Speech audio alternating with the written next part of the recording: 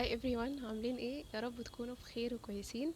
انا عارفه انا بقالي كتير قوي مش بعمل فيديوهات بس عشان فتره امتحانات بقى وكده. لكن خلاص فاضل ان شاء الله 4 مواد واخلص وتخلص كمان سنه اولى كليه. يعني بجد السنه عدت بسرعه قوي، ويا رب بقى كلهم يعدوا عشان انا زهقت خلاص. ولكن خلينا ندخل في الفيديو. النهارده فكره الفيديو هتكون مختلفه تماما عن اي فكره فاتت، وهي يعني هعمل فيديو عن احسن واوحش من المنتجات اللي انا استخدمتها على، يعني مثلا الحاجات اللي فاتت دي كلها. ولكن مش هعمل حاجة معينة، مثلا مش لبشرة معينة او حاجة معينة، مثلا مش هعمل شعر لوحده بشرة لوحدها وكده. هقول كل حاجة عادي مع بعض عشان يعني الفيديو يكون فيه كذا حاجة انتوا تستفادوا منها. ويلا نبدأ الفيديو. طيب يلا بقى بينا نبدأ الفيديو. اول حاجة يكون معانا في الفيديو هو الشامبو بتاع الو ايفا اللي هو ده بجد الافكت بتاعه كان تحفة في الفترة اللي انا حطيته فيها على شعري. فعلا الافكت بتاعه كان تحفة. كنت صراحة بحبه جدا. في كمان منه البلسم بتاعه اللي هو ده برضه تحفة. فصراحة انا حبيته. وفي كمان الغسول بتاع شان اللي هو ده اللي هيظهر قدامكم على السكرين. ده بقى بجد من احسن الغسولات اللي انا استخدمتها في حياتي كلها. بجد الافكت بتاعه تحفة، ولا بينشف الوش ولا اي حاجة، بجد تحفة. انا بشرتي جافة جدا في الشتاء، وفي الصيف مايلة للدهنية. فهو بجد انا يعني استخدمته في الشتاء وفي الصيف. بجد كان الافكت بتاعه تحفة، مش بيعمل لي اي حاجة في وشي ولا بينشف وشي ولا اي حاجة. فبجد انا بحبه جدا وهجيبه تاني. وكمان الشامبو اللي فات ده والبلسم هجيبهم تاني. وفي برضو من شان الكريم بتاعه اللي هو ده بجد برضو من احسن المرطبات انا استخدمتها. ده بس للبشرة الجافة والبشرة العادية. في منه الجل اللي هو ده برضو، ده البشرة المختلطة والبشرة الدهنية. وانا التلاتة بتوع شان دول اللي انا جبتهم في الاول كلهم انا استخدمتهم. عشان جل ده استخدمته في الصيف عشان بشرتي زي ما قلت لكم اللي هي مايله للدهنيه. بجد كان تحفه وخفيف على البشره، ومش مثلا مش بيسيب اي اثر وحش على البشره. بجد كان تحفه.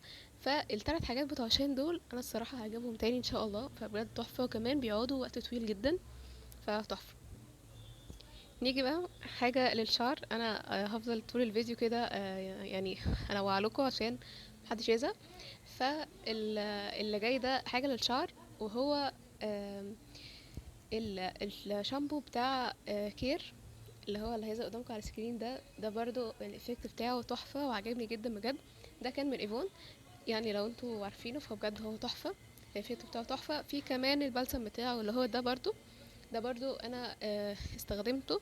هما الاتنين صراحة كان الافكت بتاعهم تحفة. فهنيجي بقى ليه حاجة مثلا انا كل اللي فاتوا دول قلتهم هما حلوين وهجيبهم تاني. ولكن في بقى الغسول بتاع ايفا بالكولاجين اللي هو يظهر قدامكم على السكرين ده انا مش ان شاء الله يعني مش هجيبه تاني لان هو ما عجبنيش قوي. ليه ما عجبنيش؟ لان هو بينشف الوش جدا جدا من بعده. بجد الوش بيبقى ناشف جدا. هو اصلا ليه المفروض اللي هو لكل انواع البشره، مكتوب عليه كل انواع البشره. ولكن انا استخدمته لبشرتي جافه يعني او بشره عاديه. والصراحة هو ما عجبنيش، يعني كان الإفكت بتاعه مش أحسن حاجة. فمش هجيبه تاني. في بقى الغسول بتاع انفينيتي اللي هو ده للبشرة الدهنية أو البشرة المختلطة. بشرة دهنية فيها يعني حبوب أكتف أو مش أكتف.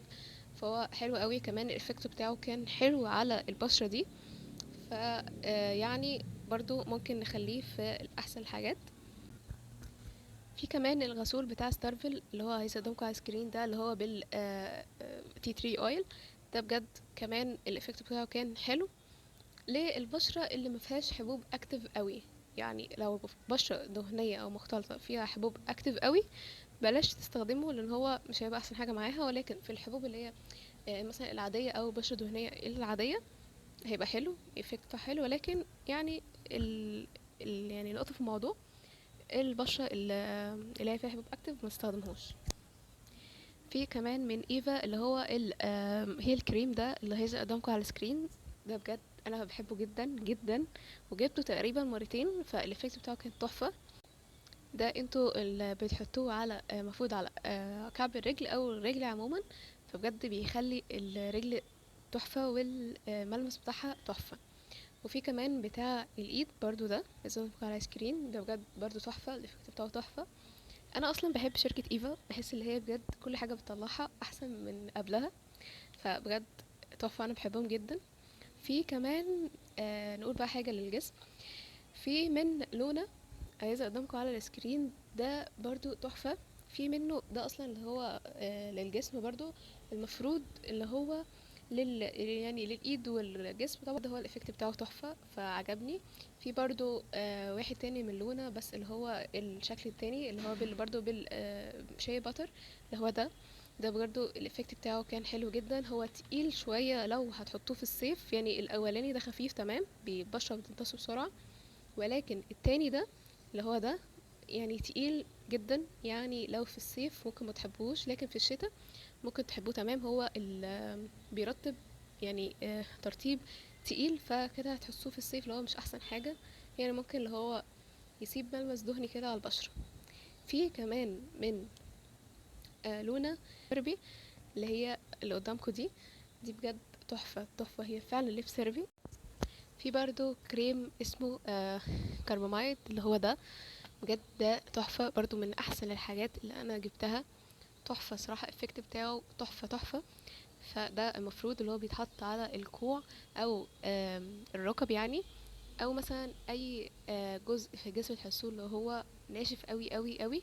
فهو صراحة يعني انا كمان لما حطيته على الكوع هو فتح كمان، هو بيرطب بيفتح. فهو الصراحة هو عشان في مادة اسمها يوريا، فدي بتشيل طبقة الجلد الميت اللي فوق الجلد، والصراحة بتخلي شكل الجلد تحفة.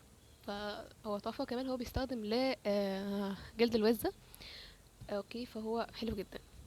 في بقى حاجة انا صراحة مش هجيبها تاني، زي ماسك التفتيح بتاع بوبانا، اللي هو ده بالفيتامين سي، مفروض اللي هو بيفتح ويرطب وكل ده، ولكن هو الحاجة الوحيدة اللي مش عجباني فيه اللي هو بجد بيحرق الوش جدا جدا اول ما تحطوه عليه، بيحرق وش جدا. انا يعني اصلا تقريبا قربت اخلص العلبة، ولكن انا مش هجيبه تاني الصراحة. ولكن هو بي مش بيفتح كمان قوي، يعني مش احسن حاجة في التفتيح، وهو ممكن يكون بيرطب لكن هو مش بيفتح، وصراحة الافكت بتاعه مش عاجبني، فمش هجيبه تاني. في طبعا من احسن الحاجات تقريبا اللي انا بجربها بقى على طول، الكريم التفتيح بتاع ستارفل. وفي كمان منه يعني الكريم ده للبشرة الجافة او البشرة العادية، والجل منه ده للبشرة الدهنية المختلطة. صراحة هو بيفتح جدا بجد، هو تحفة، الافكت بتاعه تحفة. فانا الصراحة يعني ارشحها لكم جدا جدا اللي انتوا تجيبوه. في كمان الصابونة التفتيح بتاعت ستارفل اللي هي دي، برضو انا جبتها وجربتها الصراحة. انا ما جربتش الغسول، ولكن انا فعلا عايزه اجربه. ولكن الصابونه بجد تحفه تحفه، الافكت بتاعها تحفه، زيها زي الكريم بالظبط، بيفتحوا جدا. ويمكن بقى دي تكون اخر حاجه معانا في الفيديو، والفيديو احتمال ينزل ليه بارت 2، ولكن عشان الفيديو ما يطولش عليكم وتزهقوا ان شاء الله هينزل له بارت 2. ولكن اخر حاجه نختم بيها بقى، وهي النيل 15 دي، تظهر قدامكم على السكرين دي يا جماعه. بجد اللي عايز يخلي ضوافر شكلها حلو يقويها ما تتكسرش، وبجد يخلي شكلها تحفه ونضيفه كده وتحفه، يستخدمها. انا جبتها حوالي مرتين، بجد الافكت بتاعها تحفه تحفه الصراحه، وكان عاجبني جدا.